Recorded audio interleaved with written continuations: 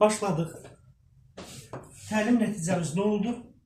Pozitiv intizam və bərpaedici yanaşmanın xüsusiyyətlərini və tətbiq yollarını müəyyənləşdirəcək. Bizim dərsimiz budur. Pozitiv intizamla başlayırız. Baxın, burada ilk başladığımız cümləyə baxın. Davranışı qorxu və ya təzyiq yolu ilə deyil. Şimdi bunu burada saxlayıram. İntizam sözü sizi elə oraya yaxınlaşdırır da, qorxu, təzyiq, hə? Amma bu qorxu, təzyiq deyil. İntizam o deyil. Qorxu və təzyiq yolu ilə deyil, daxili motivasiya, testlərdə qarşınıza çıxacaq əlaqə və anlama vasitəsilə idarə edə bilməkdir. Bunun indi mahiyyətini başa düşək. Yəni biz intizam sözünü görən kimi qorxudaraq onu icra etməyə çalışaq. Bunu mən bir dəfə sizə demişəm. Düşünün ki, sinifdə mən şagirdi qorxuduram. O mənim burada dediyimi əməl eləyir. Amma bu bilirsiniz nədir? Dişimiz ağrıyır, dərman atmışıq. Sinifdə bu ağrını kəsdim, sakitləşdirdim. Amma o davranışı formalaşdırmadım. Çıxandan sonra yenə də olacaq. Yəni qorxu ilə həll etməməli. Bizə bunu deyir. Qorxu və təzyiq yolu ilə deyil, daxili motivasiya. Daxili motivasiya nə idi? Yəni mən bu davranışı nə üçün etmək istəyirəm? Mənə nə qazandırır? Oradan bir stimul qazandırır. Daxili motivasiya, əlaqə və anlama vasitəsilə. Uşaq özü anlasın ki, bu doğrudur, yanlışdır. Nə üçün doğrudur, nə üçün yanlışdır. İntizam cəza demək deyil, bunu dedik. Əksinə, özünü idarə, məsuliyyət və sosial bacarıqların inkişafı kimi başa düşülməlidir. Məsuliyyət və sosial bacarıqlar nə idi? Sosial bacarıqlar? Ünsiyyət, əməkdaşlıq, qarşı tərəflə, bəli, əlaqə, hamısı sosial. Yəni bizim ətrafdakılarla ünsiyyətimiz, bütün əlaqələrimiz hamısı sosial bacarıqlarımıza aiddir ki, onun inkişafı kimi başa düşməkdir. Yaxşı, pozitiv intizamla bağlı gəlin bir neçə nüansa baxaq. Məsələn, şagird davranışının arxasında duran ehtiyac və məqsədləri anlamağa çalışır. Şagird davranışının arxasında duran ehtiyac və məqsədlərin anlaşılması. Burada nə deyə bilərəm sizə? Biz sizdən bir neçə nəzəriyyə keçmişik ya buna qədər. Davranışın idarə olunması ilə bağlı nə keçdik? Skinnerin operant şərtlənməsi. Məsələn, sosial intizam modeli keçdiyimi, William Gleiser'in seçim nəzəriyyəsini keçdiyimi, hərəsini bir cümlə ilə xatırladacağım. Başqa əməkdaşlıq proaktiv həllər keçdiyimi birlikdə etməliydik. Bandura'nın sosial öyrənməsini keçdiyimi, daha sonra Thorndike'in stimulat cavab nəzəriyyəsini keçdiyimi, Skinner nə deyirdi? Bunu bir xatırlayaq, çünki bunda hamısı lazımdır bizə artıq. Skinner deyirdi ki, mükafat və cəzalandırma ilə kənar təsirlə davranışı dəyişdirmək mümkündür. Davranışı dəyişdirmək üçün mükafat və cəzanı şəxsin özünə verildi birbaşa. Bu Skinner'dir. Bəs William Gleiser nə deyirdi seçim nəzəriyyəsində? Deyirdi, mən davranışı dəyişdirə bilmərik kənar təsirlə. Amma davranışın baş verəcəyi 5 yol var idi. Məsələn, sevgi və mənsubiyyət, güc, ehtiyacı, əyləncə, başqa nə vardı orada? Hiçbirindən yadımız qalmır. Hə? Sağ qalma. Biz indi bunlarla biz müəyyən etməliyik ki, davranış nəyə görədir? Uşaq qorxu hissindən yalan danışır demişdik. Deməli, William Gleiser'ə görə biz o qorxunu aradan qaldırmalıyıq ki, yalan danışmasın. Yoxsa yalan danışma desək də o qorxur, yenə onu danışacaq. Davam edirik. Məsələn, Ross Green'in var idi orada. Əməkdaşlıq və proaktiv həllər. Bu nə deyirdi? Mənfi davranışın 2 səbəbi var. Nədir o? Ya həll olunmamış problem var, ya da bacarıq formalaşmıyor. Deyirəm, aqil özünü apara bilmir burada. Onu pis bildiyi üçün etmir. Necə davranacağını bilmədiyi üçün edir. Biz əməkdaşlıqla birlikdə onu aradan qaldırmalıydı. Bandura nə deyirdi? Albert Bandura. İnsan baxaraq müşahidə edir. Qəşəng. Yəni biz o davranışı ona göstərməliyik ki, o da müşahidə etdiyini təkrar etsin. Təbii bunun üçün bir motivasiya və s. lazım idi. Bir də vardı sosial intizam modeli. Hə? Sosial intizam modeli Rudolf Dreikurs. Nə deyirdi? Necə bunu keçməmişik sizlə? Hamısını mən deyəcəm sizin yerinizə. Rudolf Dreikurs deyirdi ki, əslində mənfi davranışların səbəbi mənsubluq, aidlik hissinin olmamasıdır. Yəni, mən özümü o qrupa aid hiss etmirəmsə, müxtəlif formada mənfi davranışlar sərgiləyə bilərəm. Sadalaya bilərsiniz mənfi davranışlar necə olardı? Məsələn, 4 dənə demişdim sizə. Hə. Onlayn. Dəyərsiz hiss etməsi var. Hə? Özünü dəyərsiz hiss etməsi. Yəni ən sonda o dəyərsiz hiss etməyə nə deyirdi? Çarəsizlik və hər şeydən imtina. Mən qeyri-kamiləm, bacarıqsızam, heç nə bacarmıram. Ötürdüyü gizli mesaj məni də öhdəsindən gələ biləcəyim tapşırıqlar verir. Başqa? Qisas alma. Diqqət çəkmə. Uşaq dayanmadan sual verir ki, fikrini bir öz üzərinə çəksin. Qisas alma. Güc nümayiş etdirmə. Bunlar hamısı onun mənfi nəticəsidir. Yüzünü də açmalısınız. Sonra da deyir ki, niyə nəticəmizdə nəsə səhvli olur? Bilməliyik. Bax, pozitiv intizam və bərpa edici yanaşmada bunların hamısını görəcəksiniz. Keçdiklərimizi bir xatırladıq. Başlayaq. Şagirdin davranışının arxasında duran ehtiyac və məqsədləri anlamağa çalışır. Biz gedirik William Gleiser'ə, seçim nəzəriyyəsi. Bu davranışı nə üçün göstərir? Deyir deyə, məsələn, sağ qalma ehtiyacı. Sağ qalma ehtiyacı ilə bağlı. Artıq özünü təhlükədə hiss edir və bunun üçünüdür. Biz onu müəyyən etməliyik. Hörmətə əsaslanan münasibəti prioritet hesab edin, deyir. Yəni, bunu prioritet, əsas olan bacarıq kimi hesab edək. Şagirdlər münasibətdə hörmətə əsaslanmalıdır. Yəni, bilirsiniz bunu necə deyim? Bunu bir neçə yerdən nümunə gətirəcəm, amma indidən deyim sizə. Məsələn, Jələ müəllimə ilə orada Əfsanə müəllimənin sözü düz gəlmir. Bir-birini saçın yolurlar. İndi mən oradan günahlandırmaq üçün kimdir günahkar axtarıram? Kimdir günahkar axtarsam və birlikdə müzakirə edək axtaraq. Bu münasibəti bərpa edə bilərik biz. Günahkar çıxartdı Əfsanə müəlliməni. Narazı qaldı biraz da. Bu mən çıxandan sonra yenə də daha betər olacaq. Qəşəng, nə edirik? Yəni günahkarın kim olduğunu axtarmaq yox. Bunu necə edə bilərdik ki, dalaşmayalım. Biz buradan gələrik söhbətə. Bir var, biz nədir o səbəbkarı axtardıq, hökmən bir səbəb var. Bunu axtarsaq problemi həll etməyəcək. Yəni biraz daha qızışdırırıq, amma biz nə edərik? Bu problemi başladı, səhv oldu.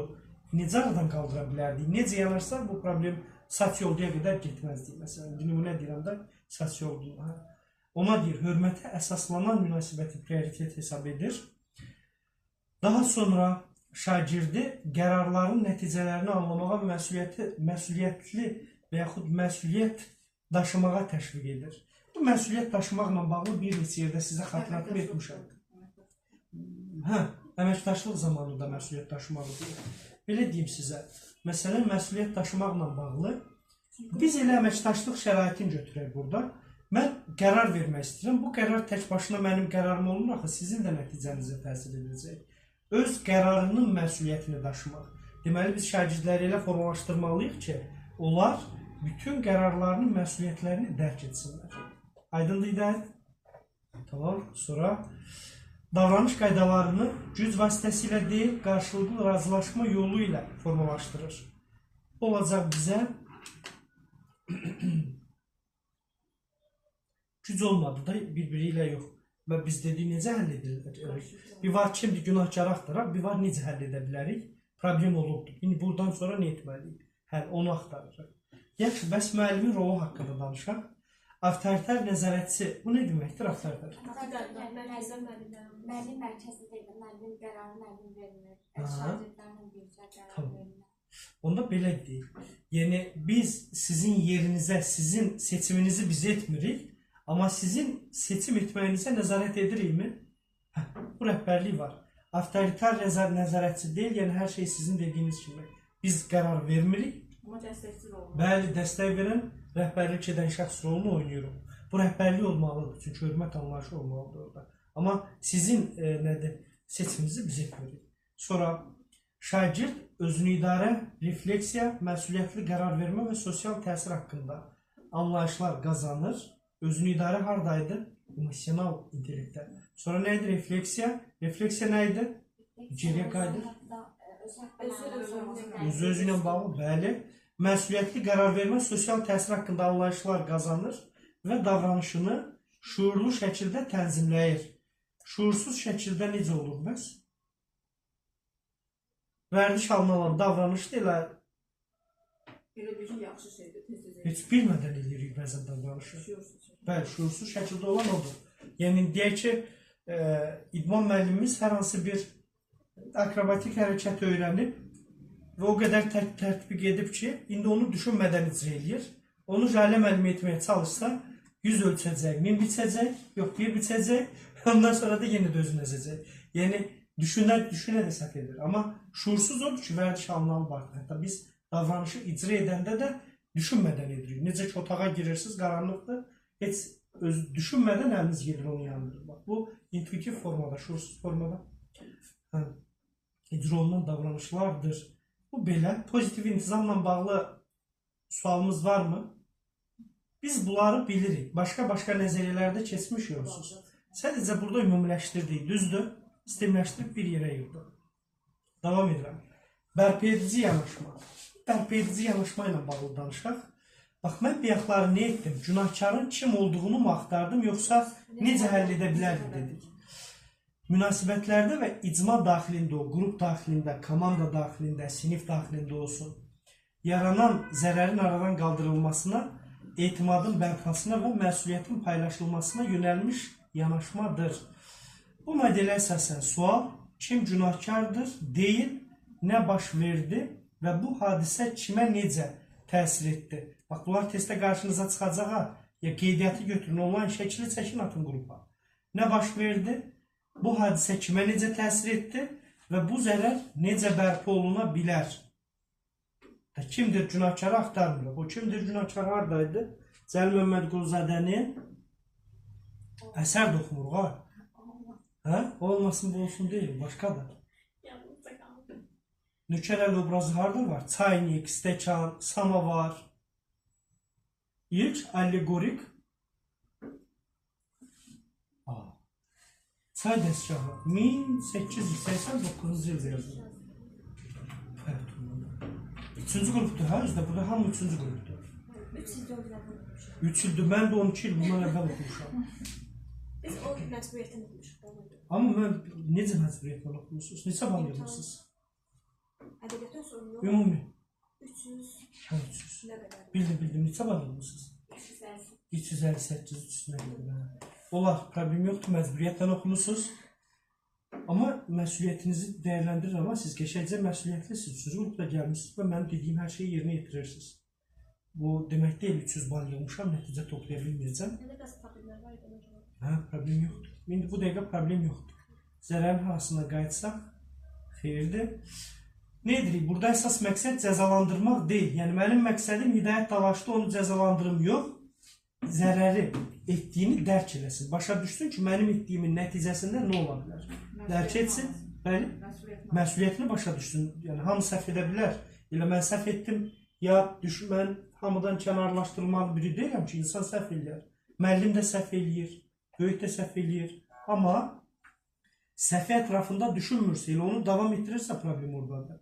Etdi, zərərin dərk edilməsi, əlaqələrin yerindən qurulması, bax, bərpa edici yanaşmada budur əsas olan. Zərəri başa düşsün və əlaqələri yerindən qursun. İndi test atacam sizə. Davranışların bərpa edicisini verir. Bəli, davranışlarını bərpa etsin.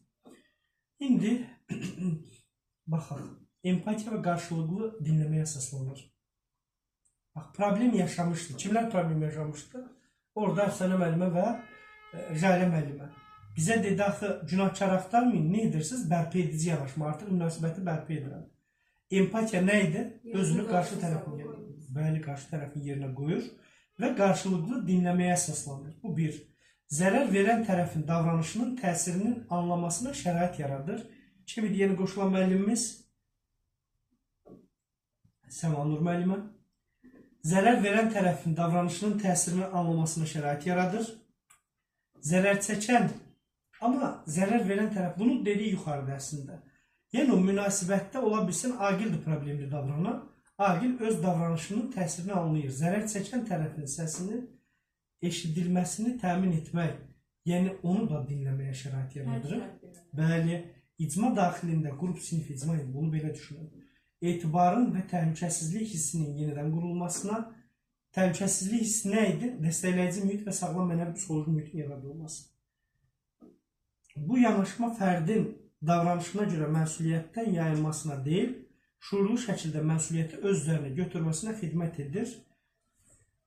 Bunu yadda saxlayın. Yəni, bir var, mən onu qorxudurum, qorxusundan qəbullanır onu. Bir də var, özü şuurlu surətdə başa düşür və məsuliyyəti özlərinə götürür ki, mən bax bunu etmişəm. Əslində onun ətrafında düşünür ki, səhv etmişəm. Bax, bu olacaq bərpa edici yanaşma ilə bağlı. 2 dəqiqə nəfəs alın, mən gəlirəm.